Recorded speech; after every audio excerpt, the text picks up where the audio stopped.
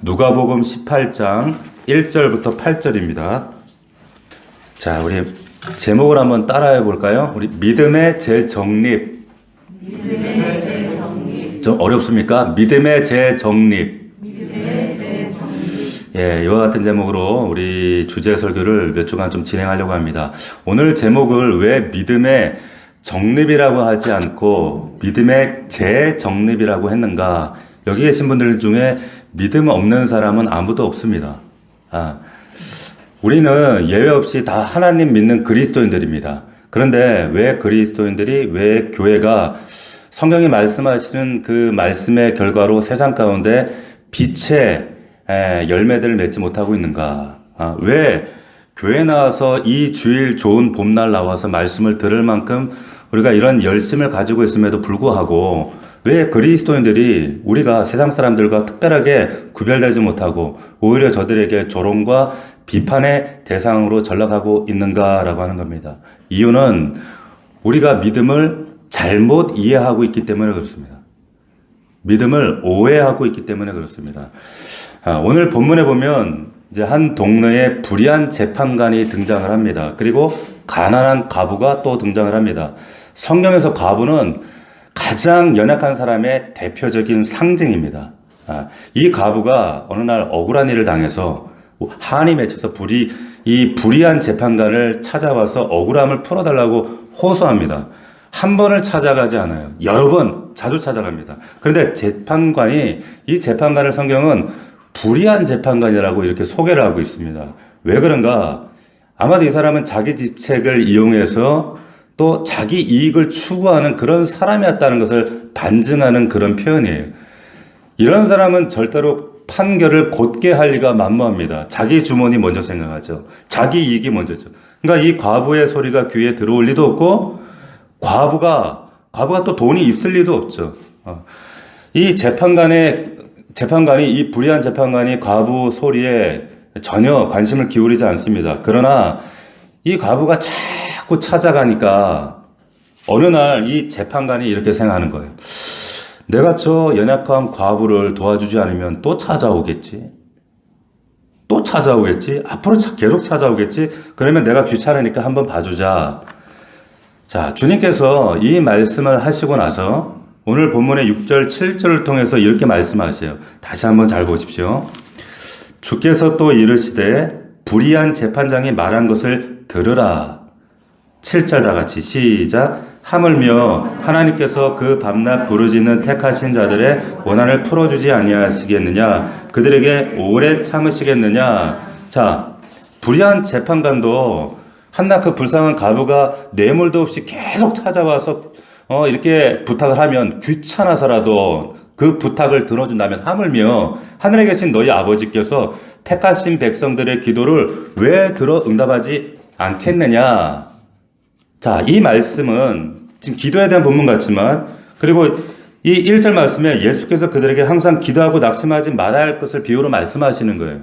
자, 이런 비유의 말씀을 시작을 하셨단 말이에요. 근데 만약에 주님께서 이 말씀을 하시고 나서 끝나셨다면 우리 그리스도인들이 흔히 오해하고 있는 것처럼 그리스도인의 믿음이라는 것도 역시 불자들과 다를 바 없이 나의 소망, 나의 원한, 내가 바라는 거 이거 풀어달라고 하나님 앞에서 밤이고 낮이고 새벽마다 찾아와서 울부짖고 그래서 응답받는 것을 믿음이라고 이해할 수가 있습니다.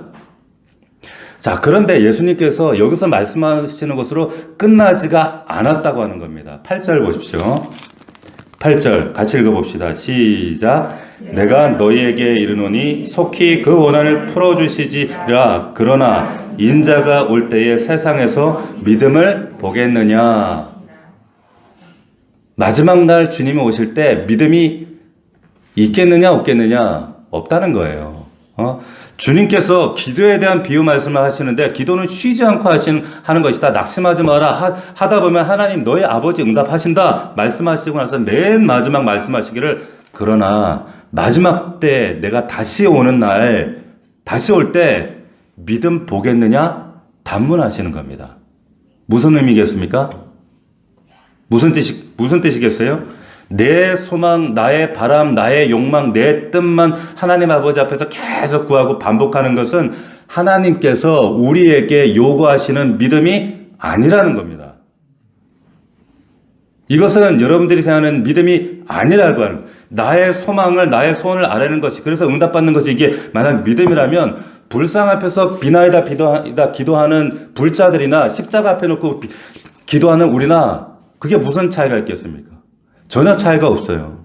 자, 인자가 세상 끝날 내가 다시 올 때 믿음을 보겠느냐? 주님께서 이 상 끝날 때 다시 오실 때 언제나 그랬듯이 그리스도인들은 또 자신의 소망과 자기 바람과 자기 욕망과 자기 뜻을 그 기도하는 것 자체만을 믿음으로 오해할 것이다. 이 말씀하시는 거예요. 자, 그렇다면 믿음이란 게 도대체 뭐냐? 지금 이제 몇 주간 우리가 쭉 계속 우리가 여러 가지 정의가 있지만 의미를 좀 묵상을 해보고자 하는데 도대체 바른 믿음이 뭔가? 그래서 믿음의 재정립이라고 말씀드린 거예요. 어떻게 우리가 재정립해야 되는가? 먼저는 구체성입니다. 믿음은 구체성을 가져야 됩니다. 무슨 말인가?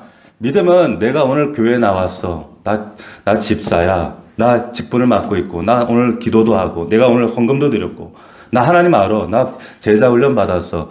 그게 아니라 하나님을 알므로 끝나는 것이 아니라 아는 것이 내 삶으로, 오늘의 내 삶으로 현장으로 이어지는 전 과정을 포괄하는 것이 믿음이라고 하는 거예요. 그래서 구체성을 결여하고 있는 믿음은 절대로 믿음이 될 수가 없습니다. 보세요. 하나님, 보이지 않는 하나님 믿어라. 추상적이에요. 믿음이라고 하는 단어 자체가 추상성을 가지고 있습니다. 그래서 여러분, 이 믿음이 내 삶에 가시적이고 구체적으로 드러나지 않으면 우리도 그게 추상적이어서 손에 붙잡히지 않는 걸 세상 사람들에게 어떻게 믿으라고 우리가 권면할 수 있겠어요? 이것이 내 삶 속에 구체적인 어떤 내용으로 정립되어지고 해석되어지고 그렇게 나타나지 않으면 우리가 아무리 열심을 낸다고 할지라도 추상성에서 벗어날 수가 없습니다. 늘 둥그런 잡는 얘기하는 것 같고 결국에 그런 구체성이 결여되어 있는 믿음이라고 하는 것은 자기 위로 아니면 자기 위안 아니면 공허한 이론, 현실 도피체 여기에 지나지 않는다는 거예요. 자, 주일 예배를 끝나고 나면 우리 성도들이 나가면서 목사님, 이제 간혹 목사님 은혜 받았습니다. 이렇게 인사하시는 분들이 은혜 받았다는 말이 무슨 말이에요? 은혜 받았다. 뭔가 얘기했는데 뭐 가슴이 찡했습니다. 눈물이 핑 돌았습니다. 이런 뜻인가요? 여러분, 은혜 받았다는 뜻이 뭐예요? 목사님, 저는 지금까지 제 아내, 제 남편이 너무 미워서 평생을 그 오랜 시간을 제가 증오하면서 살았습니다. 그런데 그 모든 잘못이 죄송합니다. 혹시 오해하지 마세요. 또 제 아내하고 뭐 그렇다는 거 아니에요. 목이 멜 뿐이에요. 봄이라 그래요. 자, 제 아내, 제 남편 오래 증오하며 살았습니다. 지금까지. 근데 그 모든 잘못이 목사님, 제 남편, 제 아내에게 있다고 저는 확신하면서 살았습니다. 그런데 오늘 목사님 설교 들으면서 제가 가만히 들어보니까 그 모든 잘못이 제게 있다는 것을 깨달았습니다. 그래서 오늘부터 제 남편, 제 아내 사랑하기로 결단했습니다. 이게 은혜 받은 사람이에요. 여러분, 이게 은혜입니다. 이처럼 은혜가 무엇인지를 구체적으로 내 안에서 스스로 생각하고 규명하지 않으면 은혜는 그냥 목사님 설교 뭔가 찡했네? 눈물이 핑 돌았네? 그리고 돌아오면 문 밖에 나가는 순간 잊어버리고 까맣게 온갖 세상에 오염된 것들에 압도되어서 내 감정에 압도되어서 살다가 아무런 열매 없이 지나가 버리는 그런 종교적인 신앙생활을 할 수가 있다고 하는 거예요. 구체성이 결여되면 안 된다고 하는 겁니다. 믿음이 뭐냐?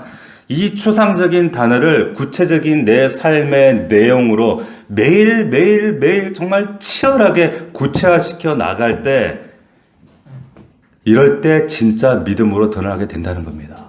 아멘이십니까? 여러분, 이 간증이 여러분들이 어떻게 들릴지 혹은 좀 너무 멀리 있는 얘기처럼 들릴지 모르겠는데 제가 참 존경하는 목사님이 계셔요. 이 목사님이 지금은 은퇴하셨지만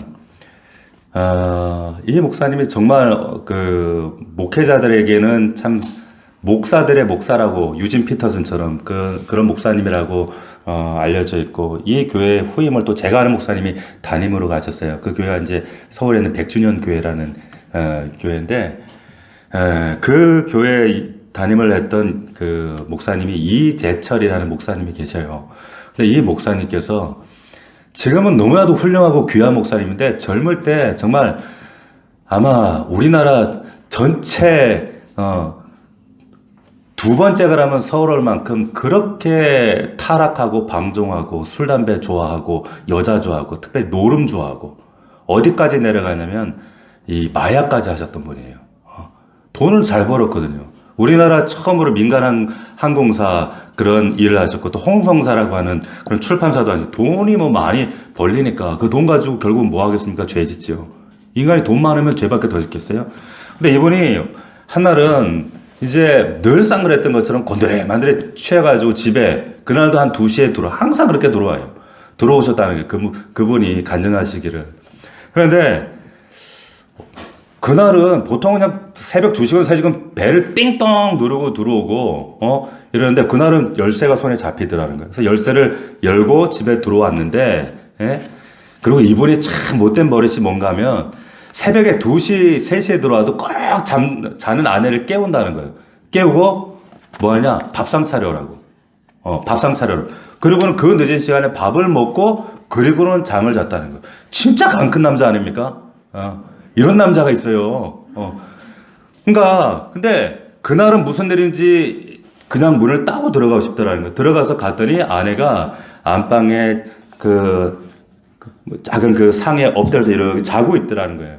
자고 있는데 이렇게 가만히 보니까 왜 이렇게 엎드려 자겠어요? 남편 언제 와서 또 깨울지 모르니까, 아직 안 들어오니까 편하게 침대에 자지도 못하고 남편 올 때까지 그냥 기다리다가 그냥 엎드려서 이렇게 잠이 들어버린 거예요. 근데 잠이 들어있는데 보니까 머리맡에 성경책이 이렇게 하나 놓여있고, 그 앞에 보니까 노트가 하나 이렇게 있는데, 저게 일기장 같기도 하고 그냥 노트 낙서 같기도 하고, 그런데 뭐가 쓰였나 마음에 궁금해지더라는 거예요. 그리고 안에 몰래 그걸 살짝 빼가지고 너무 궁금해가지고 그걸 딱 펴서 어떤 내용이 있나 봤더니 그 내용을 보고 이 목사님이 충격을 받으신 거예요. 너무너무 마음에 충격을 받아서 그 내용을 말씀해 주신데 이런 내용이었어요. 나는 오늘도 버스를 타고 수요일로 넘어갔다. 시골길을 하염없이 걸으면서 오늘도 어김없이 죽음을 생각했다. 약을 먹고 죽을까? 아니면 손목을 꺼서 죽을까? 그러나 그것은 내가 취할 길이 아님을 다시 한번 확인하고 돌아왔다. 날 살리기 위해서 십자가에 돌아가신 주님께서 주님의 뜻을 위하여 내게 주신 남편이므로 나는 이 남편을 사랑해야만 한다. 나는 사랑할 수 없지만 주님께서 사랑하라 명령하심으로 나는 사랑해야만 한다. 주님 도와주세요. 주님 도와주세요. 나의 약함을 주님께서 잘 아시잖아요. 이런 충격적인 이제 아내의 낙서 같은 일기를 거기에 담겨져 있는데, 그걸 보고 있으니까 또 가만히 거기를 들여다보니까 노트에 여기저기 막 얼룩덜룩 이렇게 눈물 자국이 흔적이 보여지더라는 거예요. 이 남편이 이 젊은 날 목사님이 충격을 받고 노트를 내려놓고 조용히 자기 서재로 가셨다는 거예요. 그리고 밤새도록 잠을 못 자고 우셨대요. 계속 막 눈물이 쏟아지는데, 이번 목사님 표현하시기를 그 밤에 정말 자기 심장이 멎는 것 같고 자기 귀에 커다란 북소리가 쿵쿵쿵쿵 들리는 것 같은 그런 느낌을 받으셨다라고 하는 거예요. 그래서 그 막 너무 괴롭고 막 통곡하는 막 자기 가슴을 부여잡고 울고 그런 밤을 보내는데, 자기는 정말 쾌락가를 오가면서 그 쾌락을 위해서 율락가를 기웃거리면서 있던 그 시간에 자기 안에는 그 절망으로 죽음만 생각하고 하루하루 자살을 생각하고 근데 자기는 그 쾌락만을 쫓고 있던 자기 모습을 그리니까 너무나 그 자기 자신이 추하고 더럽고 견딜 수가 없더라는 거예요.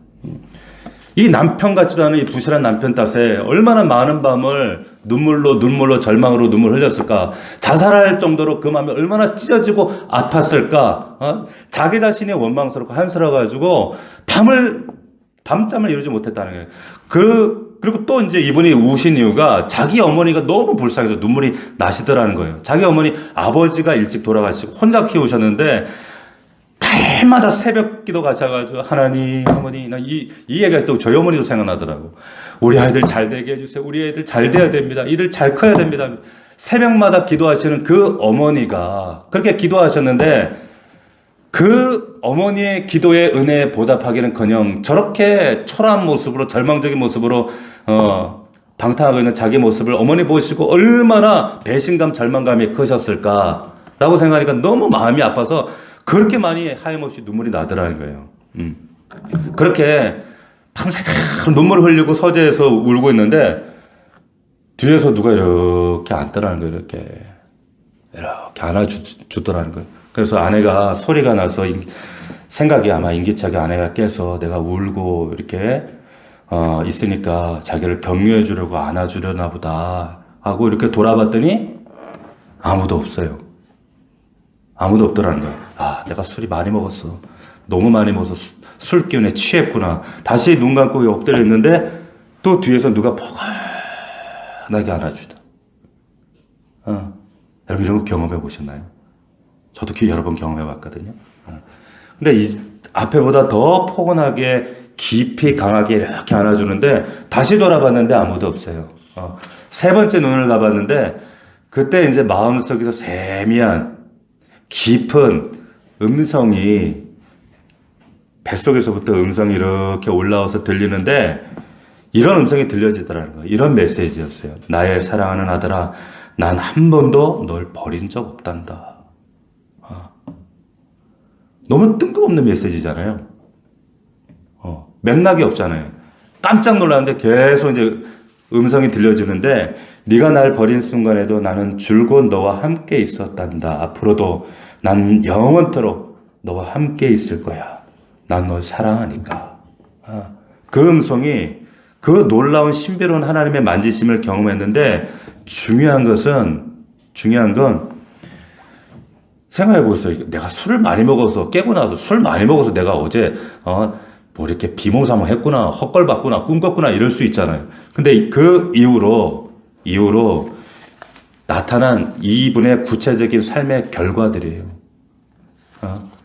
이분이 딱 말씀하시기를 그때 이후로 술, 담배가 그분 표현하시기로 막 도저히 역겨워서 필 수가 없더래요. 만질 수가 없더라는 거예요. 그리고 그 좋아하던 노름 화투도 그렇게 보기 싫어. 한숨에 딱 끊어져 버렸대. 그러니까 주변에서 어떻게 사람이 이렇게 달라질 어떻게 이렇게 변할 수 있냐고. 가족들이 주변들이 다 놀랄 만큼. 여러분, 창세기 보면 야곱이 하나님을 만나잖아요. 얼마나 이 야곱이 보세요. 모태신앙입니다. 세상에 아버지가 이삭이고 할아버지가 아브라함이에요. 모태신앙이에요. 얼마나 신앙교육을 잘 받았겠, 그 신앙적 분위기에서 자랐겠습니까? 그런데 이 사람이, 그럼에도 불구하고 얼마나 자기 욕심과 자기 아집과, 이기적 탐욕으로 똘똘똘똘 뭉쳐있던 사람이 야곱 아니었습니까? 오늘날 그리스도인들처럼 홀만 있는데 교회가 그래서 욕먹는 것처럼 이게 야곱이었는데 이게 자기 인생에 문제가 생겼잖아요. 그 도망을 가다가 광야에서 잠을 자는데 거기서 하나님을 만났잖아요. 돌베개 베고 잠을 자다가 그 야곱에게 하나님께서 만져주심, 이 술 취해 쓰러져 있는 목사님 만져주신 것처럼 야곱을 만나주시는데 그리고 나서 야곱이 그런 고백을 하거든요. 여호와께서 과연 여기 계시거늘 내가 알지 못했나이다. 이런 고백을 하거든요. 그 말은 뭡니까? 여기 계셨다는 거예요. 지금까지 늘 내 삶 속에 내 언저리에 구체적으로 간섭하셨는데 내가 몰랐습니다. 이제서 알았습니다. 이게 그날 밤 갑자기 찾아와서 하나님이네 이랬다는 얘기가 아니에요. 이 얘기는 늘 하나님이 함께 하셨고 늘 동행하셨고 떠났다가 갑자기 술 취해서 엎드려져 있는 그 목사님 보고 오셨다는 그 얘기가 아니라 항상 계셨고 항상 구체적으로 말씀하셨고 항상 구체적으로 간섭하시고 그러나 내 아집이 내 고집이 내가 내 분주함과 내 바쁨과 내 세상 욕망에 거기에 몰려가 살아가다가 그 하나님 음성이 하나님의 메시지가 들리지 않고 살다가 어느 순간 그런 계기를 통해서 하나님을 만났다는 거예요.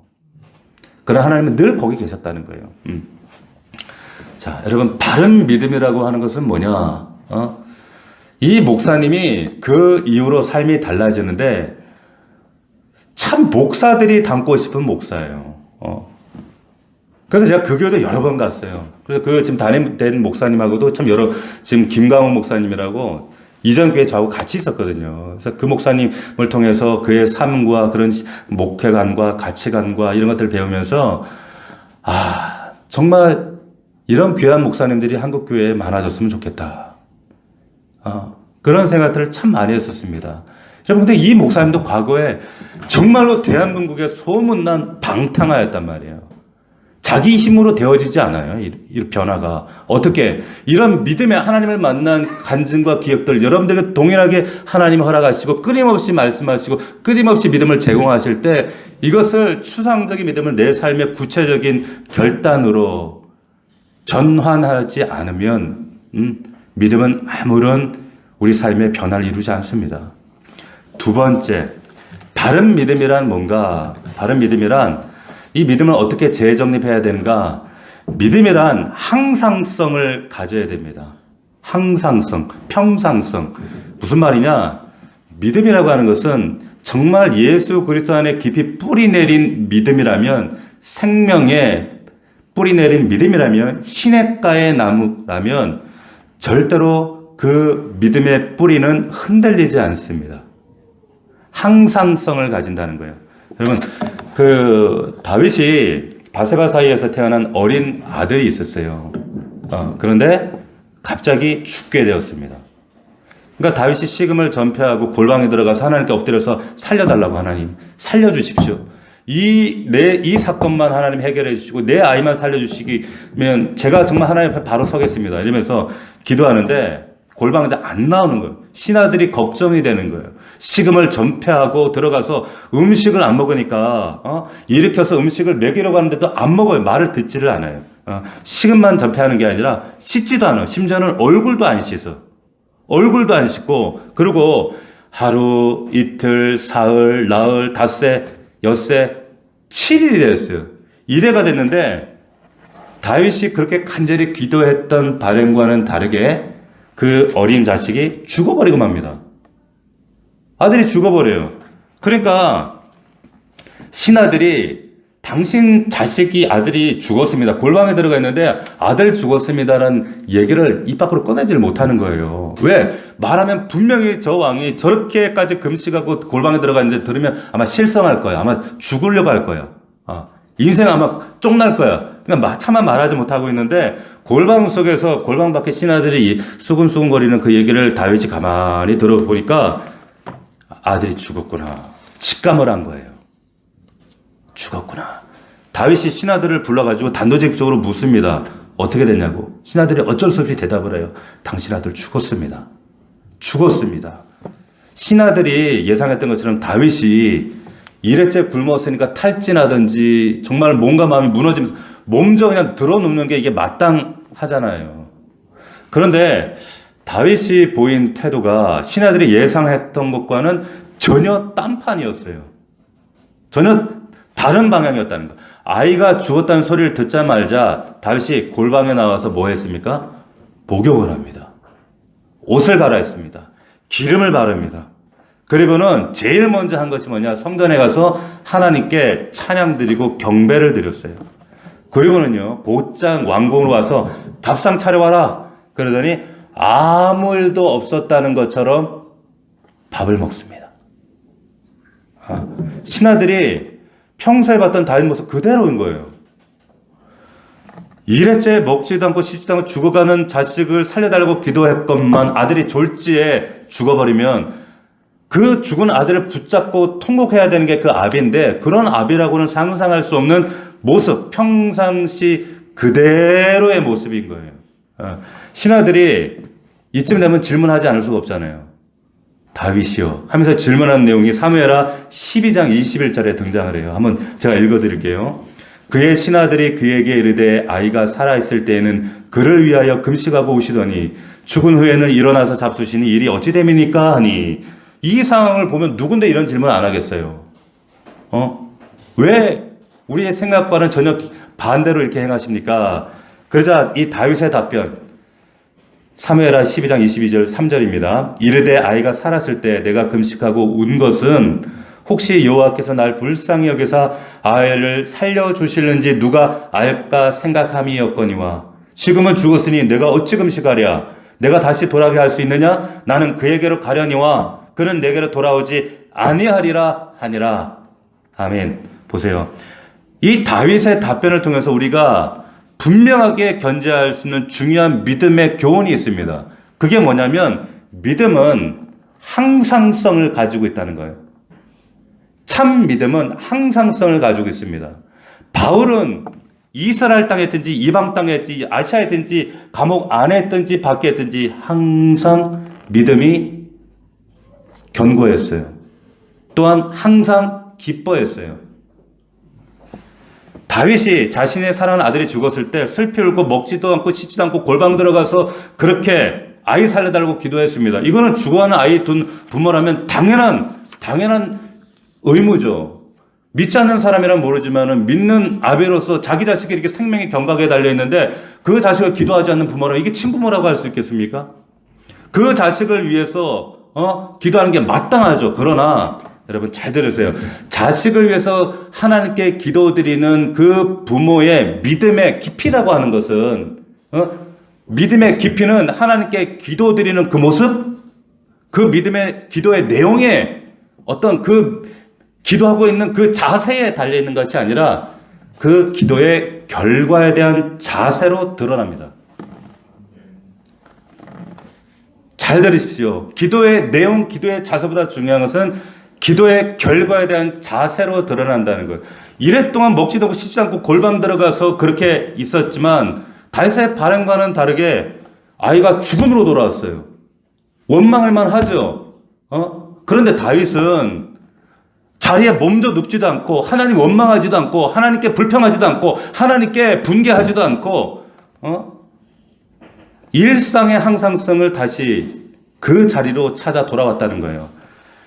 즉각 목욕하고 옷을 갈아입고 여호와의 전 찾아가서 하나님께 예배하고 일주일 동안 금했던 음식을 아무 일도 없었던 것처럼 음식을 먹습니다. 한마디로 다윗은 죽음 앞에서도 아들의 죽음 앞에서도 평상의 마음을 항상성을 견지했다라고 하는 거예요. 이게 진짜 참 믿음입니다. 이게 믿음이라고 하는 거예요. 여러분 잠언 4장 23절 말씀입니다. 모든 지킬 만한 것 중에 더욱 내 마음을 지키라. 생명의 근원이 여기서 나온다 그랬습니다. 잠언 25장 28절 자기의 마음을 제어하지 아니하는 자는 성읍이 무너지고 성벽이 없는 것과 같으니라. 어떤 경우에도 흔들림이 없어야 된다는 이 마음의 중요성을 일깨워주는 그런 말씀이에요. 세상 흔들린 대로 우리도 흔들리고 나도 흔들리고 그러면 그 사람은 곧 그 사람의 생명이 흔들리는 것과 같은 이치다. 그런 사람은 그 생명이 견고하게 진리에 뿌리낼 수 없다라고 하는 말씀을 잠언을 통해 하고 계시는 거예요. 뜻밖의 우리가 상을 맞이해서 예상치 못한 어떤 갈등과 또 인생의 고난과 눈물과 아픔을 경험할 때가 많지요. 근데 그럴 때 가슴 시리도록 가슴을 그냥 송곳을 찌르는 것 같은 그런 아픔과 고통을 느낄 수 있죠. 다윗처럼 이렇게 골방에 들어갈 수 있습니다. 그러나 여러분 아무리 파도가 치는 바다라고 할지라도 바닷속 깊은 물은 요동하지 않는 것처럼 아무리 폭우가 내리치는 그 하늘 위에 그 구름 너머에는 평상시 하늘처럼 태양은 반짝반짝 빛나고 있는 것처럼 믿음은 항상성을 유지한다. 참 믿음은 정말 시냇가에 뿌리내린 믿음이라면 이 항상성, 이 믿음을 우리가 새롭게 붙들지 아니하면 안 된다라고 하는 말씀이에요. 아멘이십니까? 자, 여러분 도대체 바른 믿음이라고 하는 것은 뭔가? 어떻게 우리가 재정립해야 되는가? 구체성과 또 항상성. 근데 여기다 하나만 더 제가 부연을 하면 이 항상성을 여러분 견지하기 위해서 가장 중요한 이 항상성이 될 수 있도록 평상성을 유지할 수 있도록 가장 중요한 게 있습니다. 그게 뭐냐면 믿음의 대상을 바로 아는 거예요. 바로 붙잡는 거예요. 믿음의 대상과 나는 지금 어떻게 서 있는가? 그러면 성경에 그 보면 그 루스드라라고 하는 곳에 가서 사도 바울이 기적을 행하거든. 그러니까 루스드라 사람들이 말씀 듣고 나서 그 기적을 보고 나니까 와 이러면서 막 믿음이 생기긴 생겼어요. 이 루스드라 사람들도. 그런데 그 믿음의 대상이 누구였냐면 성경 보니까 제우스와 히메네스였습니다. 그래서 바울과 바나바를 제우스다 히메네스다 뭐 이러면서 막 세우겠다고 난리죠. 그러니까 바울이 쫓아 들어가서 스톱! 믿음의 대상 하나님을 섬기라고 지금까지 이렇게 너에게 설교했거늘 너희들이 어찌 우리를 제우스라고 하느냐 이러면서 스톱! 제어하거든요. 무슨 말입니까? 믿음의 대상이 아주 중요하다는 거예요. 믿음의 대상. 믿기는 믿지만 우리가 바른 믿음의 대상을 견지하지 못하면 여러분 어떤 일이 생기냐면 여러분 그 믿음이라고 하는 것이 내 안에서 신념으로 자리 잡게 돼요. 신앙이 아니라 신념으로 자리 잡게 된단 말이에요. 신앙은 하나님의 대상인데 신념은 자기가 대상이 되는 거예요. 자, 예수님이 십자가 지고 갈 때 너희들 자기를 부인해야 된다. 자기 부인해야. 이게 자기 부인이 왜 믿음의 행위냐면 여러분 진짜 믿음의 대상을 만나면 내가 진짜 가짜게 믿었던 나 자신에 대한 신념이나 나의 가치관이나 나의 원리나 나의 굳건한 의지나 이런 것들에 대한 불신하는 마음이 내 안에 생기기 시작해요. 이거 아니지. 그 신념을 버리는 순간 어떻게 됩니까? 신앙 대상을 보게 되는 거예요. 이게 진짜 믿음이에요. 여러분 카톨릭에서도요 믿음을 가르쳐 줍니다.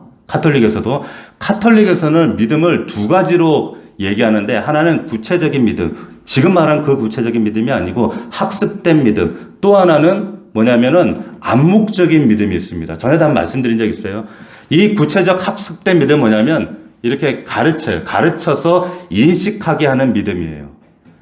그런 믿음이고 암묵적인 믿음은 뭐냐면 교회에서 뭐라고 하건 간에 뭘 가르치던 간에 맹신하는 걸, 이걸 암묵적 믿음이라고 합니다.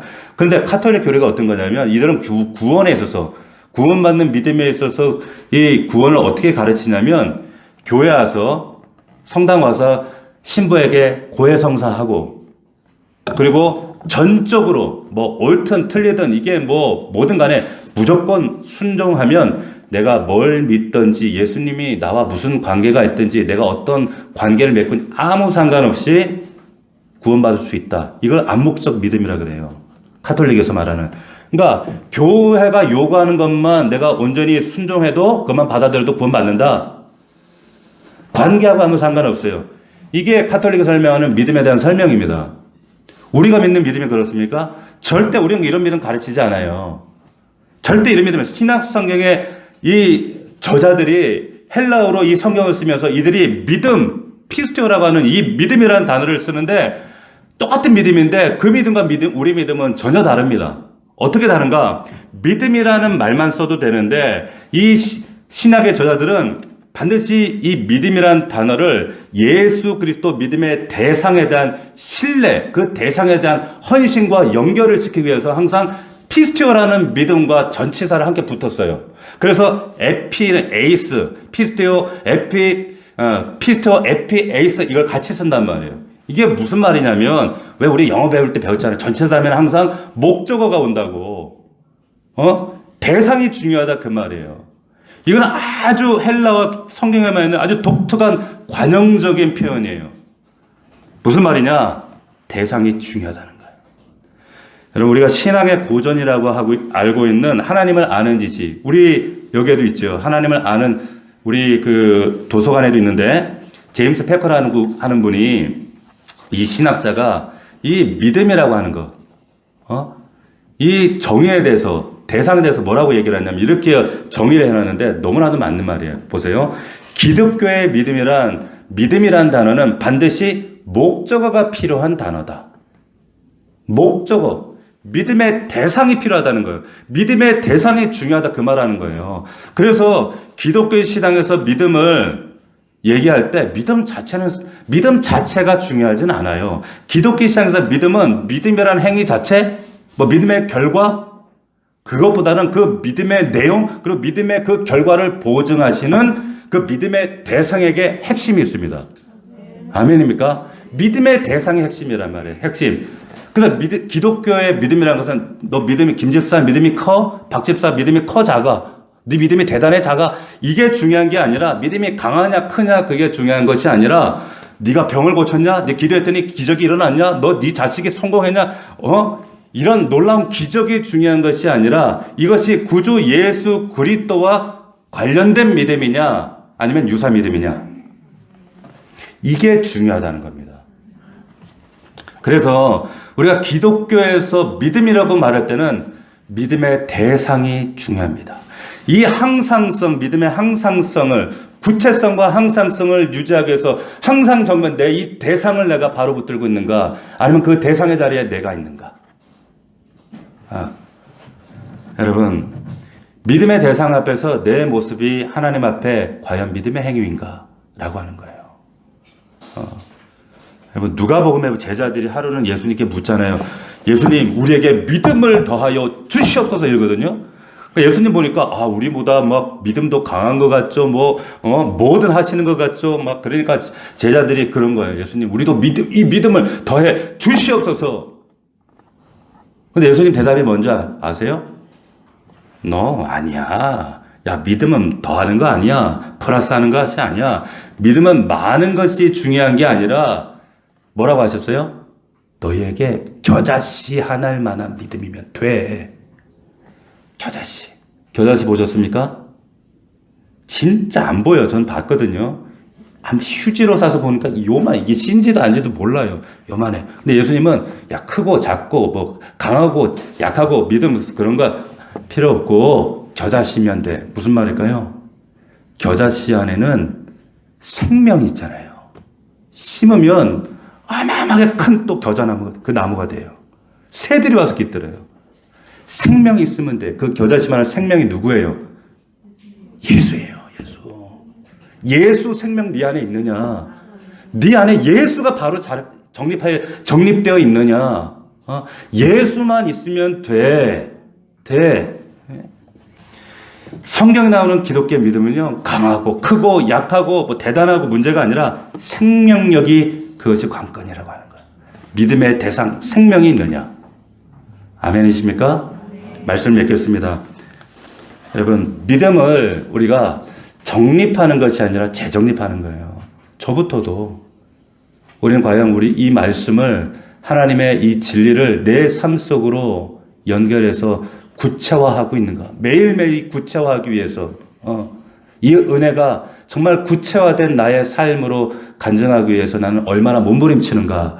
두 번째는 이 믿음이 정말 신학가에 뿌리 내린 그 나무처럼 정말 참 믿음이라면 나는 이 일상성을, 항상성을, 평상성을 나는 가지고 있는가?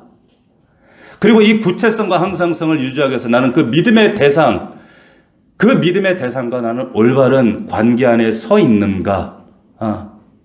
여러분, 날마다 여러분 이 말씀을 기억하시고 다시 한번 믿음을 새롭게 정립할 수 있는 저와 여러분들이 되기를 주의 이름으로 축원합니다. 기도합시다. 우리 기도할 때 우리 다 각자 한번 우리 다 이 자리에 목사가 큰 믿음이고 김집사가 작은 믿음 그런 거 없어요. 우리 모두가 이 안에 겨자씨만한 생명이 있습니다. 그 생명만 우리가 바르게 집중하시고 그분만 바로 붙잡으면 돼요.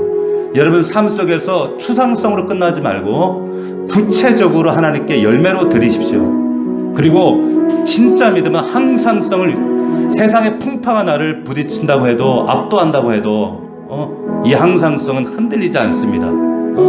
아무리 폭우가 내리쏟아져도 구름 위에 하늘이 예전처럼 빛나고 있는 것처럼 태양은 여전히 밝은 것처럼 아무리 파도가 풍랑이 친다 할지라도 저 깊은 바닷속 물은 여전히 잔잔한 것처럼 우리가 하나님 앞에 이 믿음의 항상성을 갖고 있는 것 이게 중요한 거예요. 그러지 못한다면 하나님 여전히 내 마음이 풍랑처럼 일고 있다면 하나님 우리의 믿음을 하나님 붙들어 주시옵소서. 주님을 바르게 보게 하옵소서. 주님 앞에 붙잡히게 하옵소서. 하나님 저에게 이 믿음을 이 겨자씨 하나만한 믿음을 주님 축복하시고 이 생명력이 더 내 안에 폭발할 수 있도록 도와주십시오. 우리 다 함께 1분간만 기도하겠습니다. 살아계신 아버지, 아버지 하나님 감사합니다.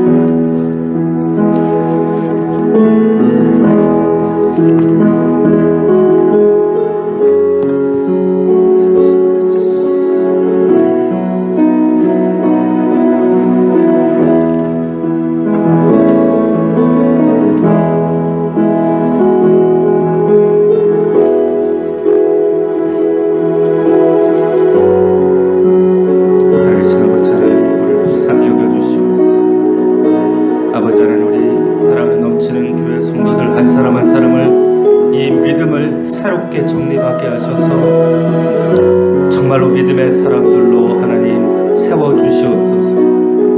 아버지 하나님 역사하여 주시옵소서. 주님 붙들어 주시옵소서.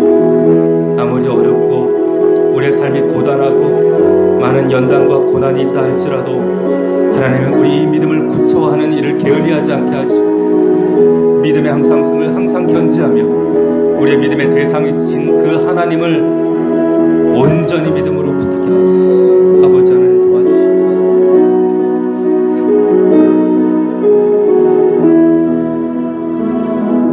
살아계신 하나님 우리 아버지 감사합니다. 우리가 수십 년 하나님을 알고 믿는다고 고백하지만 여전히 세상 가운데 믿지 않는 자들에게 손가락질 받는 이유는 이 믿음을 오해하고 있기 때문입니다. 하나님, 이 믿음은 나의 소망과 내 뜻을 관철시켜서 응답받는 것이 믿음이 아니라 아버지 하나님, 마지막 때에 내가 믿음을 보겠느냐. 하나님께서 우리에게 바라시는 믿음은 우리의 믿음의 대상이신 하나님과 바른 사랑의 관계를 갖는 것입니다. 날마다 우리의 삶이 분요하고 쫓기고 수많은 풍파와 고난이 있다 할지라도 변함없이 오늘 하루도 이 믿음을 내 삶 가운데 구체화시키려고 몸부림치는 우리의 삶의 신앙의 분투가 있어야 합니다. 또한 하나님, 우리의 믿음이 온전한 하나님 앞에 믿음으로 서기 위해서 이 항상성을 유지하기 위해서 견지하기 위해서 날마다 예수 그리스도 생명이신 예수를 붙들고 아버지 하나님, 정말로 믿음 안에 굳건히 서는 정말 믿음을 새롭게 정립하는 우리 귀한 넘치는 교회 공동체가 될 수 있도록 아버지 축복하여 주시옵소서. 감사하고 예수님의 이름으로 기도하옵나이다. 아멘.